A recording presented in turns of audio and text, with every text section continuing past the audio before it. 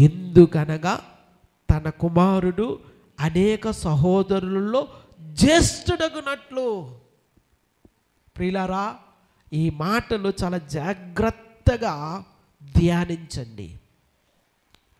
ఆయన అద్వితీయుడు.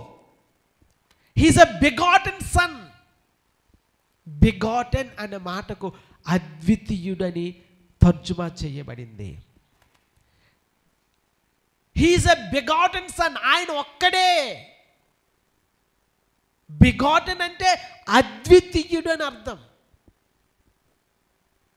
కానీ ఇక్కడ ఆయన జ్యేష్ఠుడు అని తెలియచేయబడతా ఉంది. జ్యేష్ఠుడు అంటే ఫస్ట్ బోర్న్.